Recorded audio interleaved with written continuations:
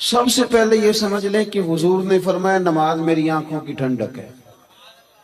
یعنی ہم چونکہ کچھ باتیں بہت زیادہ سنتے ہیں تو اس کا ذائقہ نہیں محسوس کرتے. کبھی حدیث کے لفظوں پر غور کریں. فرمایا نماز میری آنکھوں کی ٹھنڈک ہے. یعنی کہتے ہیں نا آنکھیں ٹھنڈی ہو گئیں، تو حضور فرماتے ہیں جب تو سجدہ کرتا ہے نا میرے امتی، جب تو نماز پڑھتا ہے، رکوع قیام سجود کرتا ہے، تو تیرے نبی کی آنکھیں ٹھنڈی ہوتی ہیں. یہ کتنا بڑا رضا والا کام ہے نبی پاک صلی اللہ علیہ وسلم کی نماز پڑھنا.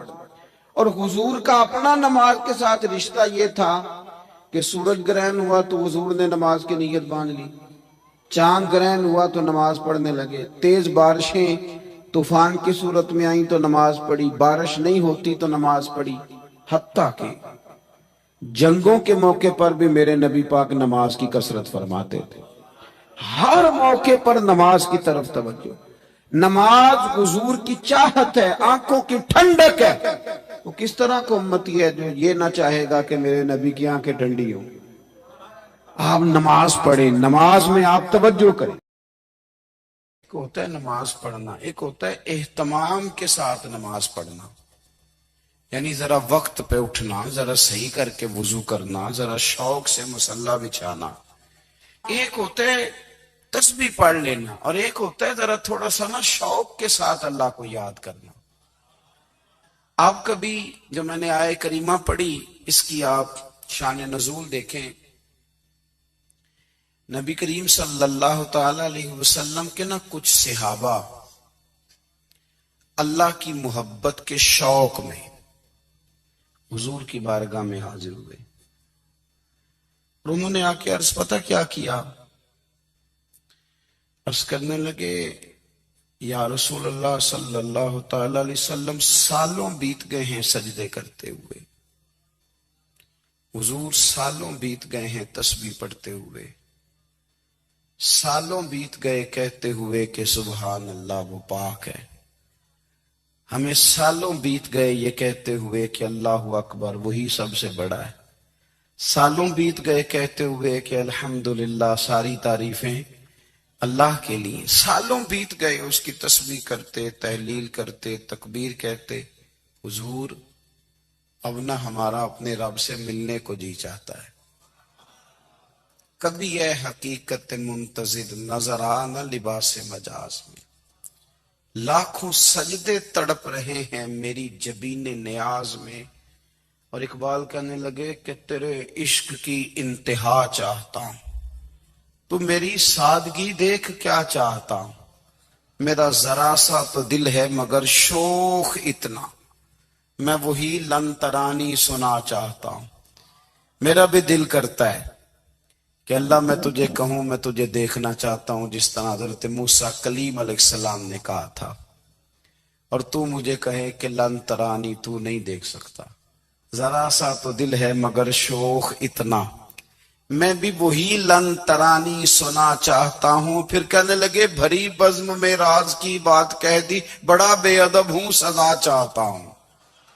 دیکھو سب لوگوں کے بیچ ہی میں نے یہ کہہ دیا. میرے عزیز صحابہ نا شوق میں، کتنے سارے لوگ ہیں آپ، کتنی ماشاءاللہ بڑی تعداد میں آپ آئیں. ہم بھی کبھی اس شوق میں گئے ہیں کہ ہمارے رب کو دیکھنے کو دل چاہتا ہے، ہمارا جی چاہے وہ کبھی ہمیں ملے، ہم کبھی اس کی زیارت کریں، اس کی بارگاہ کرم میں ہم حاضر ہوں. صحابہ نے عرض کیا یا رسول اللہ صلی اللہ تعالی علیہ وسلم ہمارا رب کہاں ہے؟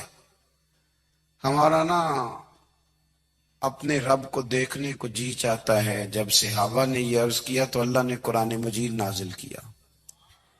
فرمایا وَإِذَا سَأَلَكَ عِبَادِي عَنِّي فَإِنِّي قَرِيبٌ. محبوب جب میرے بندے آپ کی بارگاہ میں آ کے میرے بارے میں پوچھے نا تو ان سے کہہ دینا میں ان کے قریب ہی ہوں، قریب ہی ہوں. دلیل کیا ہے؟ اذا دان، یہ جب بھی مجھ سے دعا مانگیں گے میں ان کی دعاؤں کو قبول فرماؤں گا. میں ان کے قریب ہوں، میں ان کے قریب ہوں. یہ جب بھی دعا مانگیں گے نا میں قبول کروں گا، میں ان کے قریب ہوں۔ اللہ تبارک و تعالیٰ کے بندے اللہ سے محبت کرتے، رب کی بارگاہ میں جھکتے، اس کو اپنے دکھ سناتے، اس کے پیارے محبوب صلی اللہ تعالی علیہ وسلم کا وسیلہ لے کے اس کے حضور حاضر ہو جاتے، پیشانیاں سجدوں سے روشن ہوتی۔ ہم نہ ہر چیز کے لیے وقت نکالتے ہیں، ہر چیز کے لیے، لیکن عبادت کے لیے وقت نہیں نکالتے۔ ہر شے آباد ہے، ہر شے، ہماری فیس بک بھی آباد ہے، واٹس ایپ بھی آباد ہے، ہمارے ٹویٹر بھی آباد ہیں، ہماری ہر چیز آباد ہے۔ سب سے کم آباد ہمارا مصلی رہ گیا ہے، سب سے کم۔ وہ لوگ اب ڈھونڈنے سے ملتے ہیں جن کی بغل میں مصلی ہوتا تھا۔ میرے بھائی، آپ کتنا کو دنیا کے پیچھے بھاگو گے تھکا دے گی، کتنا دولت کے پیچھے بھاگو گے تھکا دے گی۔ آپ جب اپنی زندگی میں جمع تفریق کرو گے نا تو مرتے وقت احساس ہوگا کہ سارا کچھ تو لوگوں کے لیے کیا، اپنے لیے تو کر ہی کچھ نہیں سکے۔ اور ہم عبادت کے معاملے میں بہانے بازی بھی کرتے ہیں۔ ہم کہتے ہیں اوہو رزق کمانا بھی تو عبادت ہی ہے نا، تو میں حلال روزی کے لیے جا رہا ہوں، یہ بھی تو عبادت ہے نا۔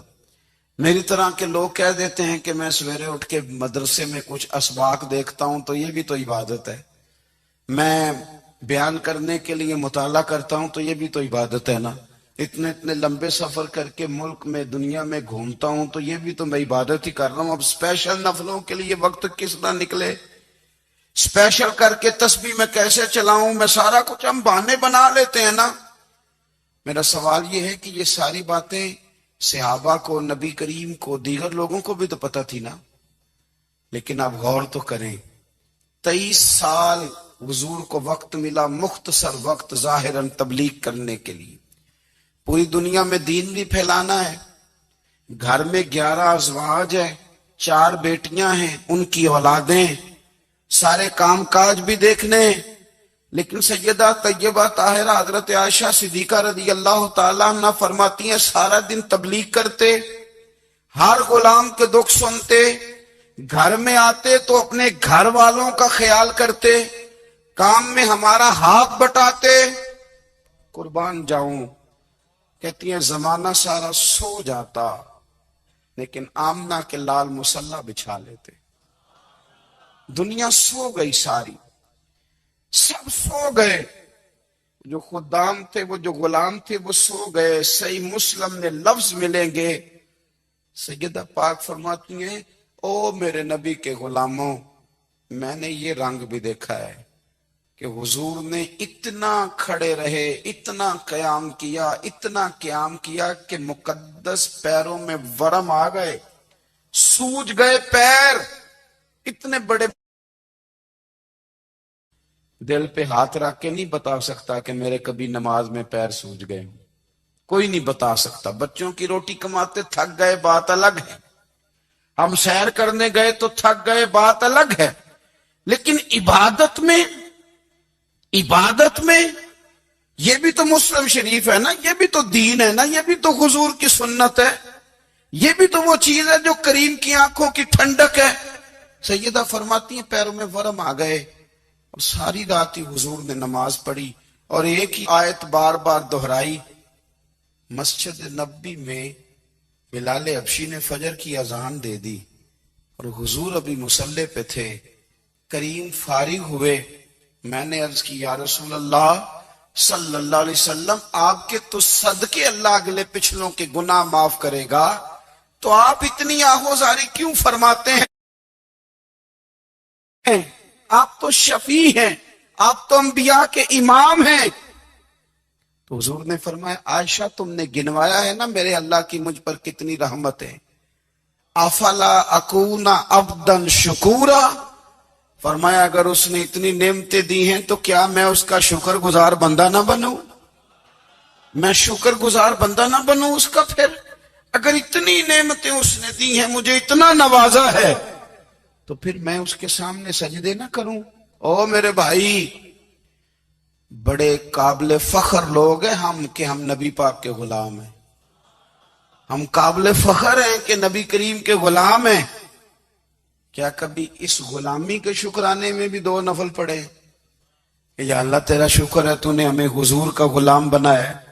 یاد رکھیں کہ اپنی روحانی زندگی کو آباد کریں، استغفار پڑھیں، تسبیحات کریں. حضرت عبداللہ ابن عمر رضی اللہ تعالیٰ عنہ حضرت عمر کے صاحبزادے، مکہ مکرمہ میں ان کی قبر ہے. میں نے جب انہیں پڑھا تو مجھے ان سے بڑا پیار ہو گیا. لیکن آپ کو پتہ ہے وہاں جا کے کسی شخص کا مزار تلاش کرنا یا پوچھنا ایک مشکل کام ہوتا ہے.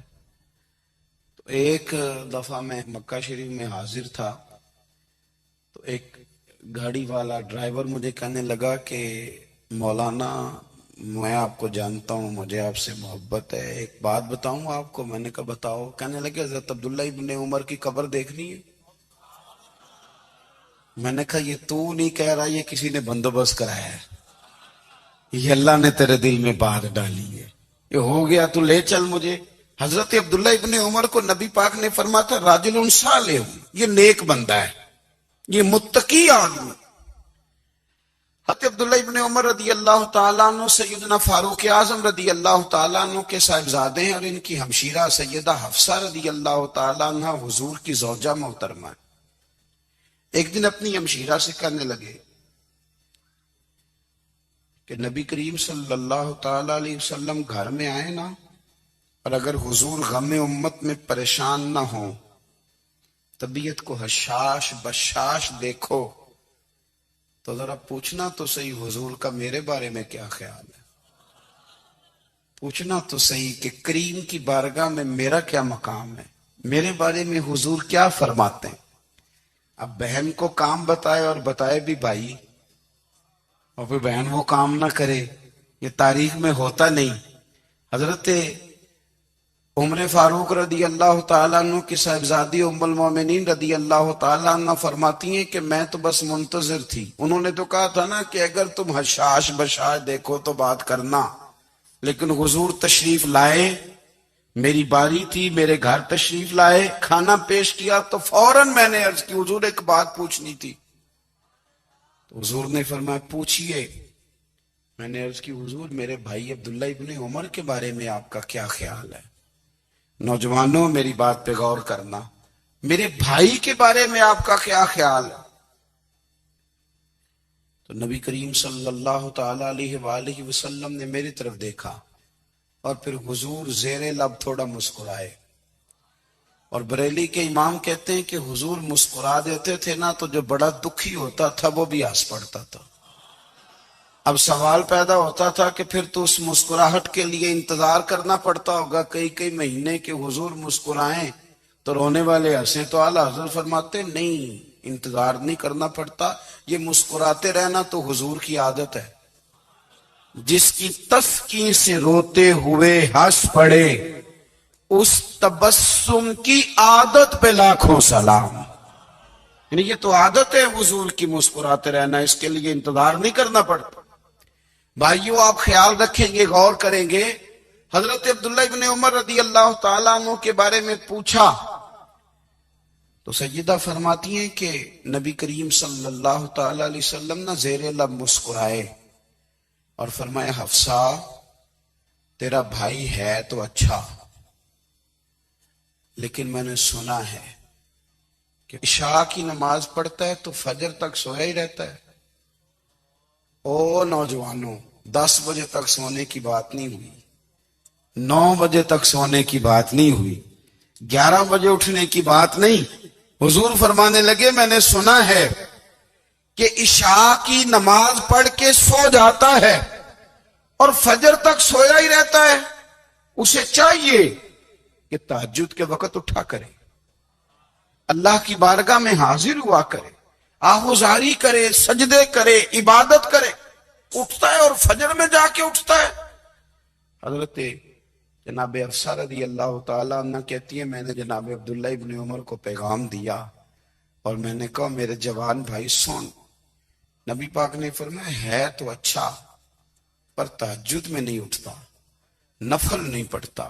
او میری ملت کے جوانوں، مزہ نہیں آ جاتا جب ساری دنیا سوئی ہو، ساری دنیا، اور بستر بھی گرم ہو اور نیند بھی پورا غلبہ کر رہی ہو، اور اچانک گھنٹی بجے دماغ میں، آنکھ کھلے، گھڑی پہ نظر پڑے، 3:30 4 بجے کا پیغام گھڑی بتائے، اور کوئی چڑھتی جوانی والا اٹھ کے وضو کرے، اور جب وہ مصلی کھول کے بچھائے تو مدینے والے محبوب کہتے ہیں کہ ہر نماز پہ رب ثواب دیتا ہے، اور جو اٹھ کے تہجد کی نماز پڑھے اسے دیکھ کے تو رب مسکراتا ہے، جو اس کی شان کے لائق ہے، جو اس کی شان کے لائق، وہ مسکراتا ہے، خوش ہوتا ہے کہ میرا بندہ تہجد میں اٹھ گیا، وہ مسکراتا ہے۔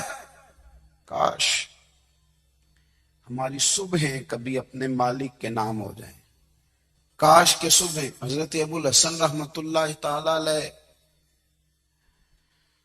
حضرت معاذ ابن جبل رضی اللہ تعالیٰ عنہ کے پاس بیٹھا کرتے تھے، فرماتے ہیں ان سے جو پیار بڑھا تو پھر میرا مصلی سے بھی بڑھ گیا۔ تابعین فرماتے ہیں صحابی رسول سے محبت ہوئی تو ذکر سے بھی ہو گئی، پھر درود شریف سے بھی ہو گئی، محبت ان سے بڑھی تو پھر اللہ نے مسجد کا پیار بھی بڑھا دیا۔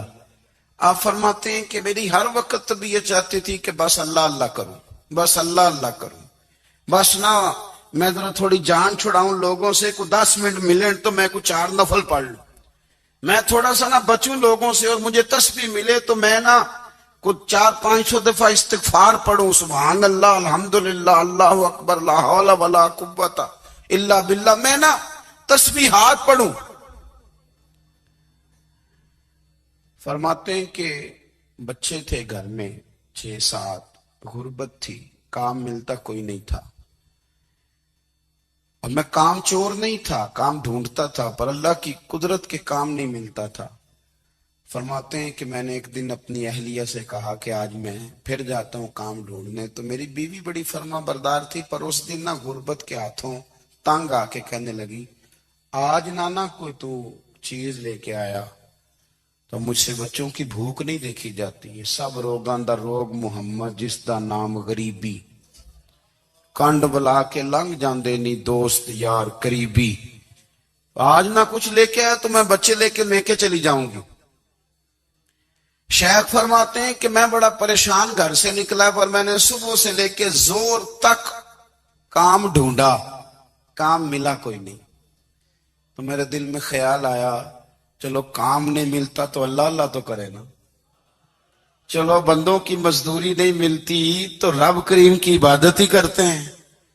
فرماتے ہیں کہ میں نے نا فرات کے پانی سے وضو کیا، نہر کے، شدید دھوپ تھی، ساتھ ریت تھی اور ریت تپ رہی تھی، میں نے اپنا رومال وہیں مصلی کے طور پر بچھا لیا، اور فرماتے ہیں کہ زور سے لے کر عصر تک نماز پڑھی، دھوپ بھی پورے زور پہ، پر میرے سجدے کا ذوق بھی پورے زور پہ۔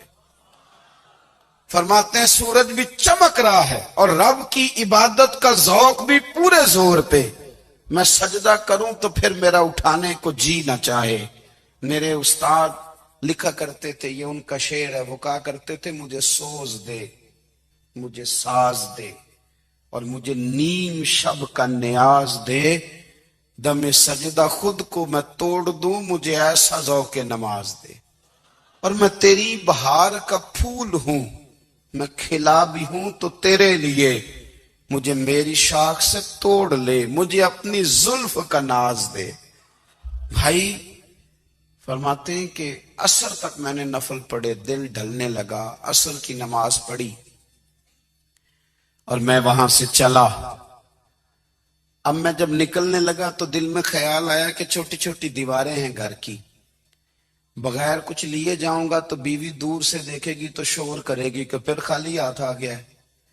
کہتے میں نے اپنے اسی رومال میں جس پہ میں نے نماز پڑھی تھی نا، رومال میں کی آخی دے پنجابی جی صافہ، کہتے ہیں اسی میں نا میں نے کچھ ریت بھر لی کہ وہ دور سے دیکھے گی تو سمجھے گی کچھ لے کے آیا ہے، چلو جا کے اسے بتا دوں گا کہ آج پھر مزدوری نہیں ملی۔ کہتے ہیں وہ ریت لے کر جب میں گھر میں گیا تو پہلے بیوی دروازے پہ کھڑی ہوتی تھی، پوچھتی تھی خالی ہاتھ آ گئے ہو؟ آج میں نے دیکھا تو ہے ہی کوئی نہیں۔ فرماتے میں اندر داخل ہوا، سلام لی، ایک کونے میں میں نے وہ رومال رکھ دیا اور میں نے آواز دی کہ بھلی مانس کہاں ہو؟ تو وہ کہنے لگی آپ منہ ہاتھ دھو لیں، میں روٹی لے کے آئی۔ میں نے کہا روٹی کہاں سے آ گئی؟ یہاں تو کئی دنوں کے فاقے ہیں، تو کئی دنوں کی غربت ہے، یہاں تو اس گھر میں تو فقیری ہے۔ فرماتے ہیں کہ وہ روٹی لے کے آئی اور اس وقت کی جو موجودہ نعمتیں تھی، سمجھ لیں سلاد، اچار، ہر چیز ساتھ لائی۔ میں نے کہا کہ بچے کہاں گئے؟ کہنے لگی وہ کھانا کھا کے کھیلنے گئے، آپ کھانا کھا لیں آ جاتے۔ کھانا اس نے چن دیا۔ میں نے حیرت انگیز لہجے میں ساری نعمتیں اپنے دسترخوان پہ دیکھ کر کے بیوی سے پوچھا یہ کہاں سے آیا کھانا؟ بچوں کو تو نے کہاں سے کھانا کھلایا؟ یہ سارا کچھ کیسا ہے؟ تو کہنے لگی پتہ نہیں آج آپ کس کریم کی مزدوری کرنے چلے گئے تھے، پتہ نہیں کس کریم کی، میرے گھر میں تو اتنی نعمتیں آئی ہیں کہ مجھ سے سنبھالی نہیں جا رہی، اتنا اناج ہے، اتنا گندم ہے، کس کریم کے دروازے آج چلے گئے تھے؟ یہ کہتے کہتے وہ اٹھی اور اٹھ کر کے کہنے لگی پہلے بڑا کچھ آیا تھا، اب کیا لے آئے ہو؟ اور جا کر کے نا اس نے وہ ریت والا رومال کھولا، کہنے لگے میں تو لے کے آیا تھا ریت، تو میرے رب نے اسے بھی سونے اور ہیرے بنا دیا تھا۔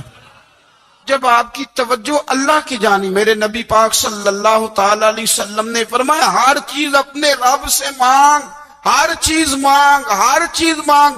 یا رسول اللہ کیا کچھ؟ میرے محبوب نے فرمایا تیرے گھر میں نمک بھی ختم ہو جائے تو وہ بھی اپنے رب سے مانگا کر، تو مانگنا وہ تجھے دے گا، تو اس کی بارگاہ میں کشکول طلب دراز تو کرنا۔ اور ترمذی شریف میں عجیب لفظ ہے، رسول کائنات نے فرمایا، رب کریم فرماتا ہے جب میرا بندہ ہاتھ اٹھاتا ہے نا تو مجھے حیا آتی ہے کہ میں خالی کیسے لوٹا دوں اس کے۔